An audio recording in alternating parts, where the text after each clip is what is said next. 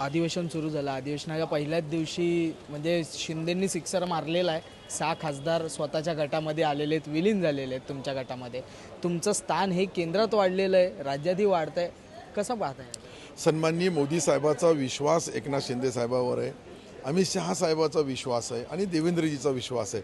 या तिघाच्या विश्वासावर जनतेचा विश्वास त्यांच्यावर आहे. म्हणून 6 खासदारांनी त्यांच्या विश्वासावर विश्वास ठेवून पक्षामध्ये प्रवेश घेतला आणि भविष्यामध्ये त्यांचा विकास करण्यासाठी ते पक्षामध्ये आले असे सर्व खासदार महोदय बोलले. मला वाटतं की त्यांना आता टप्प्याटप्प्याने जे काही निधी द्यायचा आहे त्यांच्या मतदारसंघात, कारण की लोकसभेचा कार्यक्षेत्र मोठा असतो, 10 कोटी 15 कोटीमध्ये काही त्यांचा विकास होऊ शकत नाही. स्थानिक जो निधी असतो तो खासदारांनाही 5 कोटी आहे, आमदारांनाही 5 कोटी आहे, पण त्यांना 6 मतदारसंघ असतात, आम्हाला 1 मतदारसंघ असतो. आणि राज्याच्या तिजोरीतून किंवा केंद्राच्या तिजोरीतून जोपर्यंत मतदारसंघामध्ये विकास निधी मिळत नाही तोपर्यंत ते विकास होत नाही. तर हे निधीसाठी आलेले आहेत खासदार असं म्हणता येईल, कारण की त्यांचं जे काही होतं म्हणजे ठाकरेंकडनं त्यांना नवी संधी देण्यात आली, ते स्वतः निवडून आले, शिवसेनेचं चिन्ह त्यांनी घरोघरी पोचवलं, म्हणजे ठाकरेंच्या शिवसेनेचं चिन्ह त्यांनी घरोघरी पोचवलं आणि आता फक्त निधीपोटी कुठेतरी ते येतात असं नाही वाटत आपल्याला? हे पण निधी बी आहे आणि त्यांचा विकास आणि विश्वास पण आहे. त्यांच्या मतदारसंघाचा विकास पाहिजे तर निधी पाहिजे, विश्वास पाहिजे पुढच्या निवडणुकीचा तर चेहरा पाहिजे, आणि चेहरा पाहिजे तर त्याला धनुष्यबाण पाहिजे. आणि धनुष्यबाण एकनाथ शिंदे साहेबाच्या हातामध्ये आहे. त्यांच्या विश्वासावर विश्वास ठेवून ते आलेले आहे. एकनाथ शिंदे साहेबांनी स्पष्ट शब्दामध्ये बोलले का पुढची निवडणूक हे 6 आमदारांना धनुष्यबाणवर मी निवडून आणणारच. जसं 2022मध्ये आम्ही उठाव केला ना, आम्हालाही त्यांनी सांगितलं की मी यांना निवडून आणणार, तो 40चे 60 झाले. तशा पद्धतीने आता जे 6 आमदार आले, हे 6 खासदार आले, अजून काही आमदार येणार आहे, काही नगरसेवक येणार आहे, काही जिल्हा प्रमुख येणार आहे, अशा अनेक लोक आज ही एकनाथ शिंदे साहेबाला खरी शिवसेना समजून त्यांच्यासोबत यायला तयार आहे. आणि त्यांचा काही चूक नाही आहे राजकारणामध्ये. अशा पद्धतीने राजकारण करणं हे योग्य आहे. म्हणजे तुमचे विरोधक जरी असतील तरी अंबादास दानवे हे तुमचे चांगले मित्र आहेत, हे मागच्या काही महिन्यापूर्वी देखील पाहिलं होतं. तेव्हा तुमची आणि त्यांची भेट झाली तेव्हा तुम्ही भावना एक व्यक्त केली होती की दोन्ही शिवसेनेंनी एकत्र यावं. आता तीच भावना बच्चू कडू व्यक्त करतात. पक्षातल्या 2 नेत्यांच्या ह्या भावना असतील तर कुठेतरी या संदर्भात घडामोडी होऊ शकतात का? तुमची अजूनही भावना आहे तीच, इच्छा आहे तीच, एक सर्वसामान्य शिवसैनिक म्हणून तुम्हाला काय वाटतं, यावे हे दोन्ही शिवसेना एकत्र?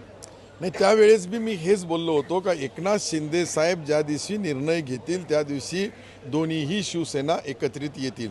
आणि एकत्रित येतील तर फक्त शिवसेना एकत्रित येतील इतकंच दाखवतात तुम्ही, पण एकनाथ शिंदे शिवसेना एकत्र येण्याच्या गोष्टी चालल्या, काय सांगाल? चौधरी साहेब आम्ही एकच आहे.